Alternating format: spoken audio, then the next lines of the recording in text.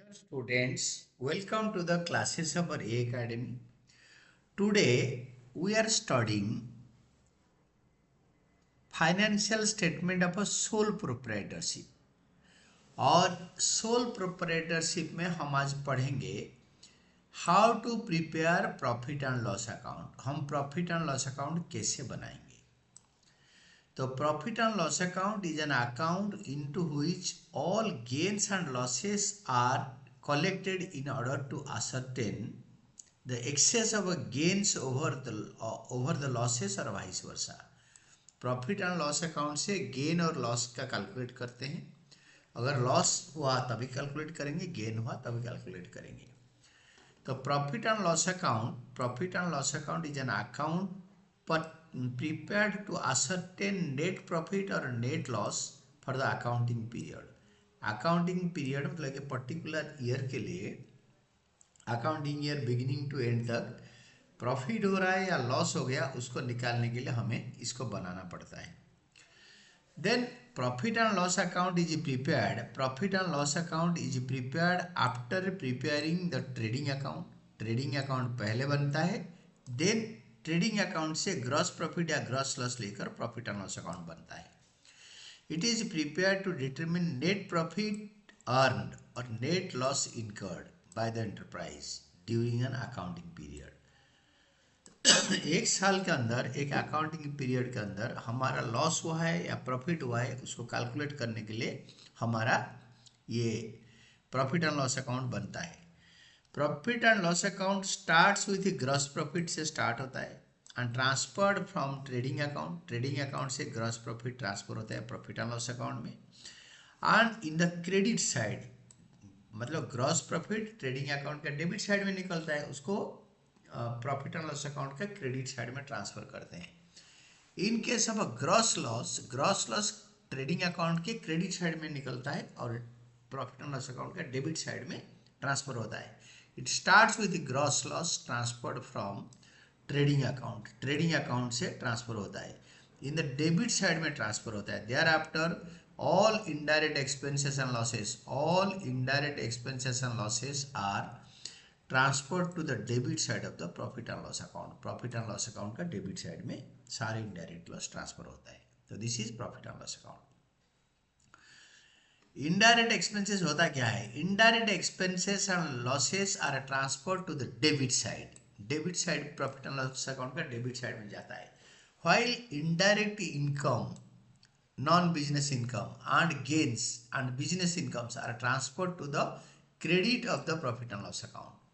Profit and loss account का credit side में indirect income आता है और indirect expenses profit and loss account का डेबिट साइड में आता है। It means all those entries or items of a revenue nature। तो इसमें it means all those entries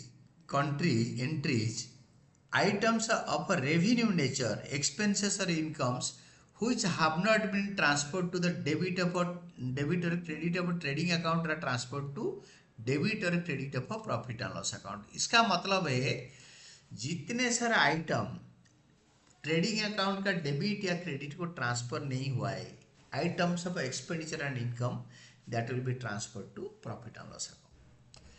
the difference in totals of two sides of this account is net profit. ये जो ledger account बनेगा, credit side बड़ा होगा तो net profit, debit side बड़ा होगा तो net loss.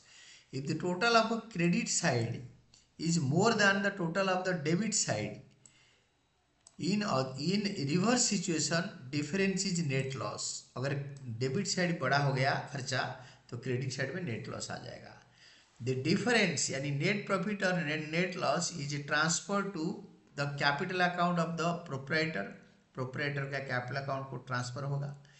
Net profit increases the capital and net loss decreases it. Net profit capital को बढ़ाता है एंड नेट लॉस कैपिटल को घटाता है। Indirect expenses are those expenses which are not incurred directly to manufacture or sale of goods।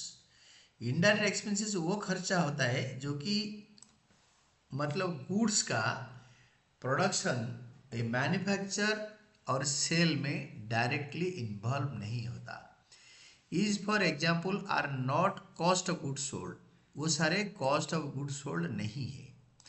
They are administrative selling and distribution expenses, वो खर्चा का example होता है ऑफिस एडमिनिस्ट्रेटिव खर्चा, सेल करने के टाइम पे खर्चा, सेलिंग एंड डिस्ट्रीब्यूशन वो होता है, जैसे सैलरी होता है स्टाफ के, रेंट होता है, स्टोरेज पोस्टेज होता है, कोरियर का खर्चा होता है या पोस्टेज का, स्टेशनरी होता है ऑफिस का, इंश्योरेंस होता है एम्प्लॉइज़ का, डेप्रिसिएशन होता है, और इंश्योरेंस भी प्रोडक्ट का इंश्योरेंस हो सकता है, बिल्डिंग इंश्योरेंस हो सकता है, इंटरेस्ट हमने जो पे कर दिया, इलेक्ट्रिसिटी का खर्चा होता है, इलेक्ट्रिसिटी एक्सपेंसेस, एडवर्टाइजिंग का खर्चा होता है, पैकेजिंग का खर्चा होता है, कैरियज आउटवर्ड्स का खर्चा भी होता है, कैरियज इनवर्ड होता है ट्रेडिंग आइटम का direct expenses, and carriage outward होता है प्रॉफिट एंड लॉस अकाउंट का expenses.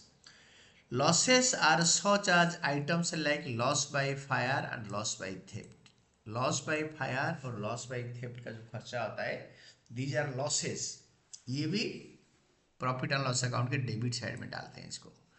Indirect income are those income which are not earn from operating activities, business से कमाई नहीं होता। बिजनेस एक्टिविटीज क्या होता है ना, सेल परचेज या manufacturing.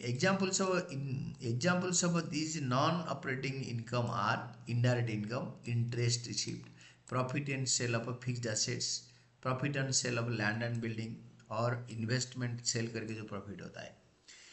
Features of a profit and loss account, profit and loss account के कैरेक्टरिस्टिक्स या फीचर्स क्या है?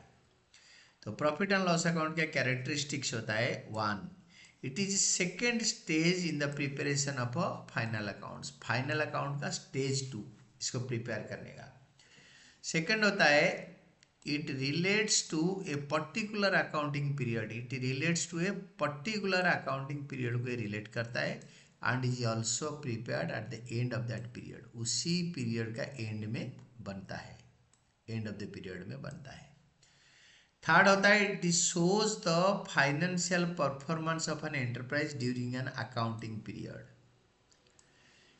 फाइनेंशियल परफॉर्मेंस दिखाता है एक एंटरप्राइज का कि अकाउंटिंग पीरियड का एंड में ये दिखाता है फाइनेंशियल परफॉर्मेंस।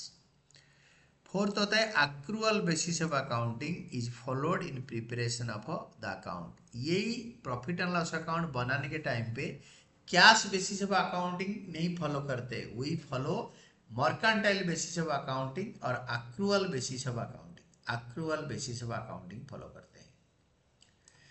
फिफ्थ होता है, gross profit and non operating incomes are transferred to the credit, file indirect expenses and losses are transferred to debit of the account। indirect expenses और losses debit side में transfer होता है। Gross profit में gross profit and non operating income credit side में transfer होता है, gross loss debit side में transfer होता है पीएल एंड अकाउंट का। 6 होता है, balance of the account is either net profit और नेट लॉस। थर्ड पॉसिबिलिटी है, there may not be any profit और loss.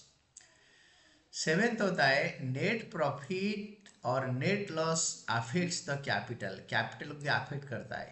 Net profit increases the capital while net loss decreases it. Obviously आप business करोगे, loss हो गया तो capital decrease हो जाएगा, अगर प्रॉफिट हो गया तो कैपिटल, तो प्रॉफिट हो गया तो कैपिटल आपके बढ़ जाएगा। Purpose, need of a profit and loss account, purpose और need of profit and loss account. First होता है 1, डिटरमिन नेट प्रॉफिट और नेट लॉस। नेट प्रॉफिट या नेट लॉस कैसे डिटरमिन करेंगे? The purpose of preparing profit and loss account is to ascertain net profit earn और net loss incurred by the enterprise during the accounting period. Accounting period के अंदर either profit या loss हुआ है, इसको determine करने के लिए ये बनाना पड़ता है। पर्पस क्या है प्रॉफिट एंड लॉस अकाउंट बनाने का, इसका नीड क्या है, क्या जरूरत क्या है। सेकेंड होता है, comparison with the previous years profit, पिछले साल का प्रॉफिट के साथ कंपेयर करेंगे।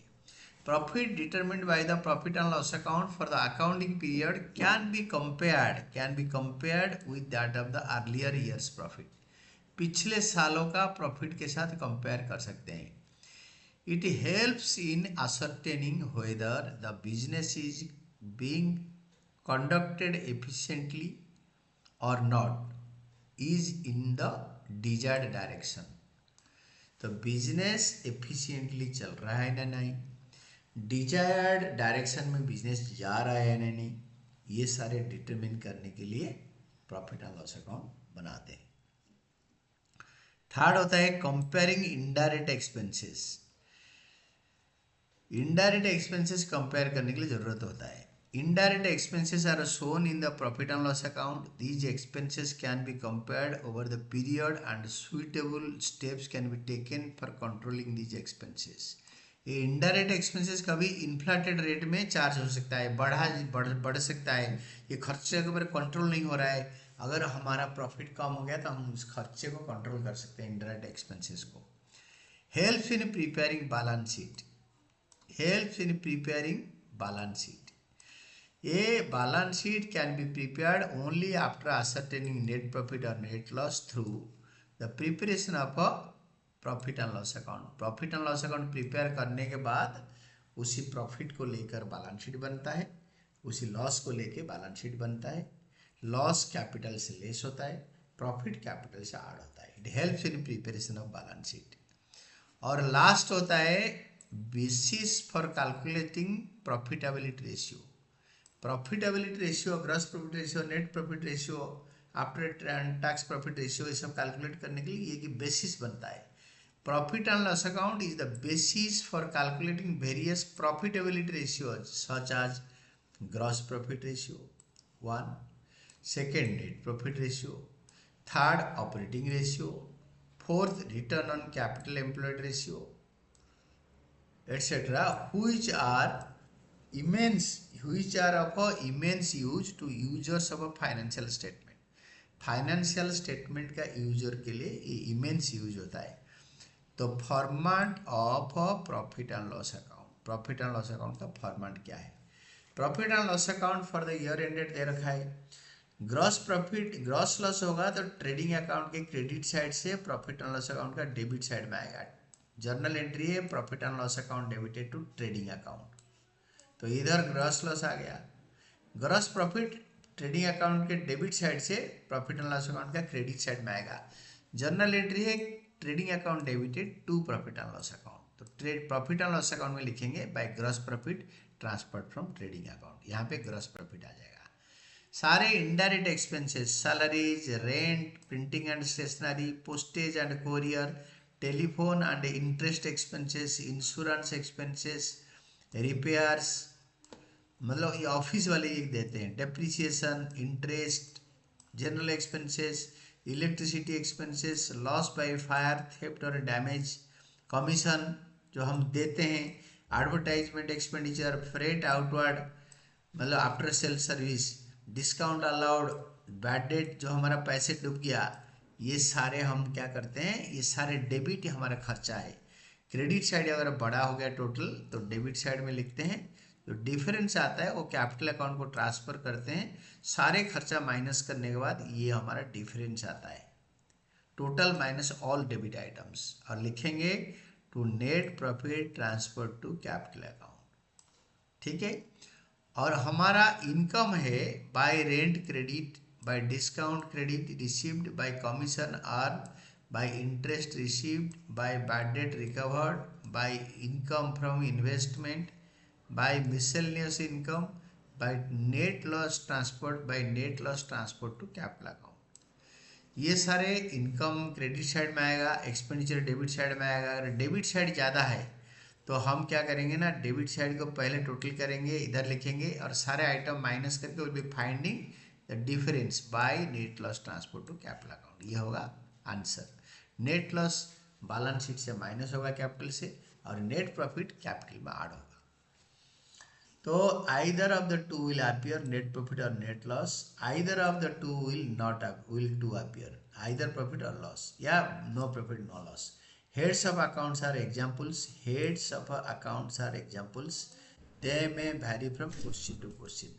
हर क्वेश्चन में इसका सिचुएशन वैरी करेगा, तो we can see that।